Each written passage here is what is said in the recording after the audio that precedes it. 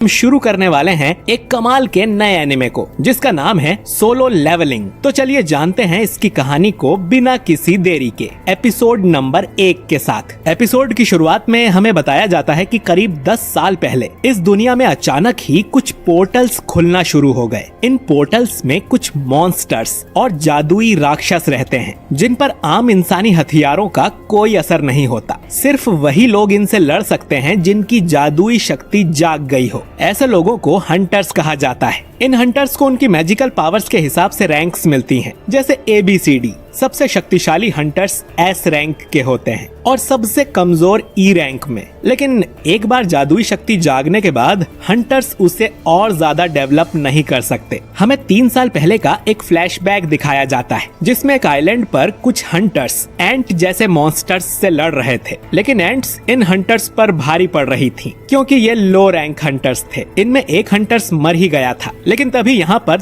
3 S rank के hunters आ जाते हैं और आसानी से इन एंट्स से लड़ने लगते हैं। ब्यूंग नाम का आदमी हीलिंग मैजिक का यूज कर घायल हंटर्स को ठीक करने की कोशिश करता है। तभी यहाँ पर एक व्हाइट एंट आ जाता है जिसे ये लोग इन मॉन्स्टर्स का लीडर समझते हैं क्योंकि ये रेड एंट्स के मुकाबले ज्यादा पावरफुल है और ये दोनों मिलकर उसे आराम से मार देते हैं। तभी यहाँ पर और भी ज्यादा व्हाइट एंट्स आने लगती हैं और S रैंक के हंटर्स उनसे भी लड़ने को तैयार थे। दूसरी तरफ शहर में भी ढेर सारे एंट्स की आर्मी ने अटैक कर दिया था और उन्हें रोकने के लिए हंटर्स की सेना भी तैनात थी। मिस्टर चोई नाम का हंटर अपनी फायर पावर से इन पर अटैक करता है जिससे रेड एंट्स तो मर जाती हैं लेकिन व्हाइट एंट्स को कुछ नहीं होता। इसके बाद बाकी हंटर्स भी हमला कर देते हैं और फिर कहानी प्रेजेंट में आ जाती है। एक कंस्ट्रक्शन साइट के पास एक पोर्टल या डंजन ओपन होता है जिसके मॉन्स्टर्स को मारने के लिए कुछ हंटर्स को बुलाया जाता है। इनमें पार्क नाम का एक हंटर होता है जिसने वैसे तो काम छोड़ दिया था लेकिन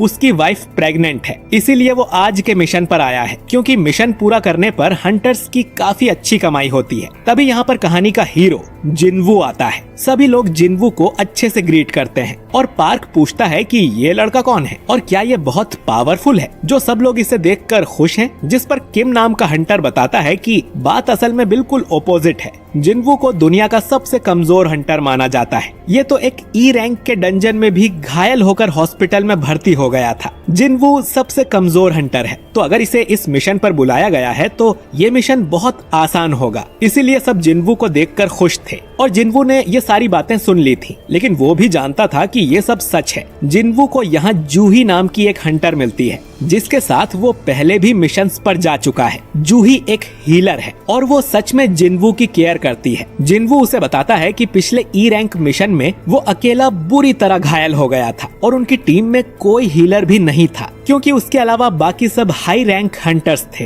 तो उन्हें हीलर की जरूरत ही नहीं थी। जो सुन जूही को बुरा लगता है। इसके बाद डंजन में जाने का समय हो जाता है। सॉन्ग नाम का हंटर खुद को इस मिशन का कैप्टन बताता है क्योंकि यहाँ मौजूद सभी लोगों में वो सबसे हाई रैंक का है। इसके बाद सभी एक एक करके पोर्टल के अंदर जाने लगते हैं। जिनवू अपना हथियार निकालता है जो कि एक छोटा सा चाकू था। जिनवू काफी गरीब है तो वो इससे महंगा हथियार नहीं खरीद सकता। इसके बाद जिनवू भी पोर्टल में एंटर कर लेता है। दूसरी तरफ हम हंटर एसोसिएशन के प्रेसिडेंट गो को देखते हैं जो कि गवर्नमेंट के साथ एक मीटिंग करके आया था। गवर्नमेंट चाहती थी कि डंजन से मिलने वाले क्रिस्टल्स उन्हें दे दिए जाएं। असल में उन मॉन्स्टर्स को मारने पर कुछ क्रिस्टल्स मिलते हैं जिन्हें मैजिक जेम्स कहा जाता है और हंटर्स इनको ही बेचकर पैसे कमाते हैं। इधर जिनवू ने एक मॉन्स्टर को मार दिया था जिससे उसे एक मैजिक जेम मिल जाता है, पर तभी एक दूसरा मॉन्स्टर जिनवू पर हमला कर देता है। जिनवू उसे मारने की कोशिश करता है लेकिन उसका चाकू कमजोर होने की वजह से टूट जाता है। फिर वो मॉन्स्टर सीधा जिनवू के अंदर तलवार घुसा देता है लेकिन तभी पार्क यहाँ आके उस मॉन्स्टर को मार देता है। जिनवू बुरी तरह से घायल हो गया था और जूही उसके पास आकर उसे हील करने लगती है। जिनवू देखता है कि बाकी हंटर्स बड़ी आसानी से इन मॉन्स्टर्स को मार रहे थे। अब हाई रैंक मॉन्स्टर्स को मारने से और भी ज्यादा कीमती जेम्स मिलते हैं जिनसे ये लोग और पावरफुल हथियार बनाते हैं ताकि और भी ताकतवर मॉन्स्टर्स को मारा जा सके। हालांकि डंजन में खुदाई करने से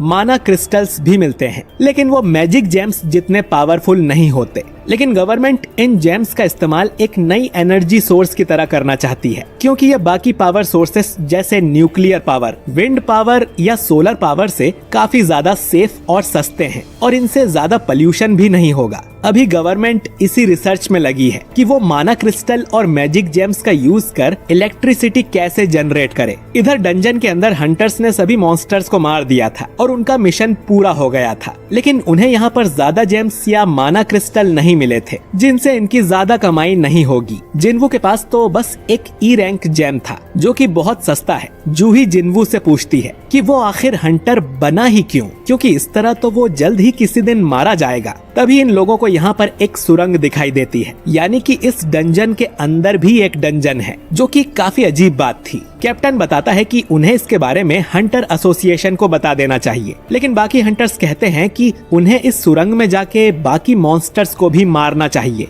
जिससे इन्हें और ज्यादा जेम्स मिल सकें। और वैसे भी ये डी रैंक का डंजन होगा, तो उन्हें डरने की जरूरत नहीं है। अब कैप्टन सभी से वोट लेता है कि उन्हें अंदर जाना चाहिए या नहीं। आधे लोग इसके लिए हाँ करते हैं, जिससे वोट टाई हो जाता है। अब सिर्फ जिन्वू का वोट ही बचा था। जिन्वू के फादर लापता थे और उसकी फैमिली में कमाने वाला वो अकेला है। उसकी माँ हमेशा बीमार रहती है और उसकी बहन को कॉलेज जाना है। इन सब चीजों के लिए ही जिन्वू इतना जानलेवा काम करता है और वो भी सुरंग में जाने के लिए हाँ कर देता है। हंटर्स एसोसिएशन में भर्ती होने के लिए पहले इन्हें एक टेस्ट देना होता है, जिससे इनकी मैजिकल पावर्स के बारे में पता चलता है और फिर उसी के हिसाब से इन हंटर्स को रैंक दी जाती है। फिर अलग अलग कंपनीज इन हंटर्स को हायर करती हैं। इन कंपनीज को गिल्ड कहा जाता है। मिस्टर चोई भी हंटर्स गिल्ड का मास्टर है और वो अपने आदमी से कहता है कि टैलेंट्स देखकर ही वो हंटर्स को हायर करें, चाहे उनका एज या जेंडर कुछ भी हो। उनके गिल्ड में चाहीन नाम की एक हंटर बहुत ही ज्यादा टैलेंटेड है। इसके बाद हम देखते हैं कि दो चोर एक लड़की का पर्स चुरा के भाग रहे थे। अचानक ही उनके सामने एक लड़की आ जाती है, जो और कोई नहीं बल्कि चाहीन थी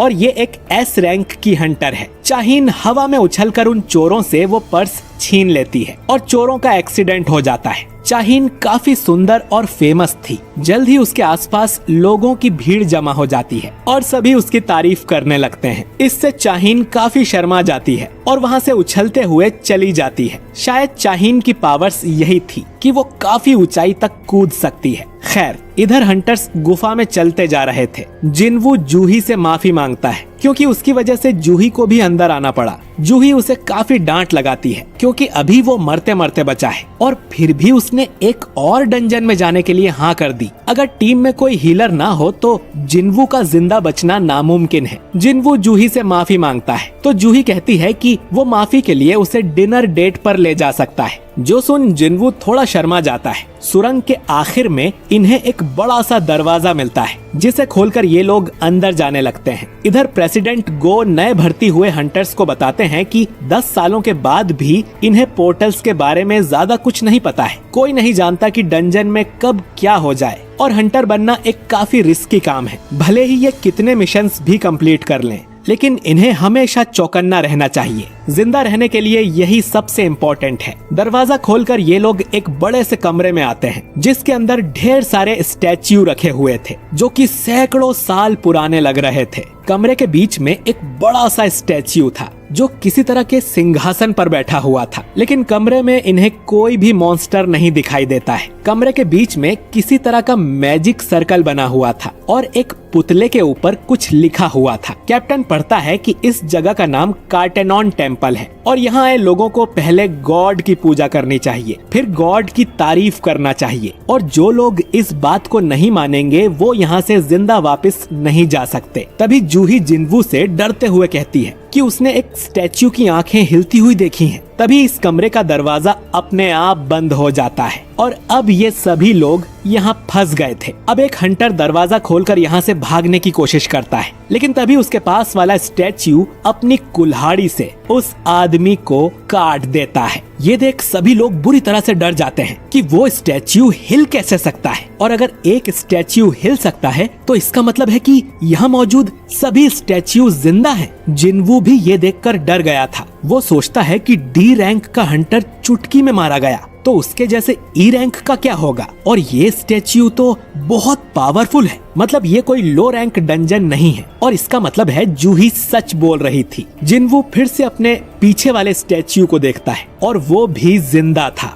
जिनवू इससे पहले भी काफी बुरी सिचुएशन में फंस चुका है। वो अपने पहले रेड मिशन में ही अपनी टीम से अलग हो गया था। उसे एक ई रैंक के मॉन्स्टर ने घायल किया था और वो काफी हफ्तों तक हॉस्पिटल में पड़ा रहा। एक बार तो वो एक भूल भुलैया में अटक गया था और भूख प्यास से ही मरने वाला था। लो रैंक डंजन में जाना भी उसके लिए जिंदगी और मौत का सवाल है। बाकी हंटर्स को मैजिक जेम्स बेचकर जो पैसे मिलते हैं वो उनसे और भी ज्यादा स्ट्रॉन्ग हथियार खरीद लेते हैं ताकि वो और पावरफुल मॉन्स्टर्स को मार सकें। लेकिन जिनवू के पास तो सिर्फ एक सस्ता चाकू था और उसके टूटने के बाद जिनवू खाली हाथ है। उसके जूते भी फट चुके हैं। इतनी खतरनाक जॉब करने से भी जिनवू ज्यादा पैसे नहीं कमा पाता, लेकिन जिंदा बचे रहने के लिए वो हर समय चौकन्ना रहता है। उसके आसपास क्या चल रहा है वो बारीकी से ऑब्जर्व करता है और उसने जो एक मॉन्स्टर मारा था वो भी ऐसे ही चुपके से मारा था। खैर, अब उस स्टैच्यू की आंखें लाल होते ही जिनवू सभी से नीचे झुकने को कहता है। उसकी आंखों से आग निकलती है जिससे एक हंटर वहीं पे जल के राख हो जाता है, पर जिनवू खुद को और जूही को बचा लेता है। सभी लोग बुरी तरह से डरे हुए थे।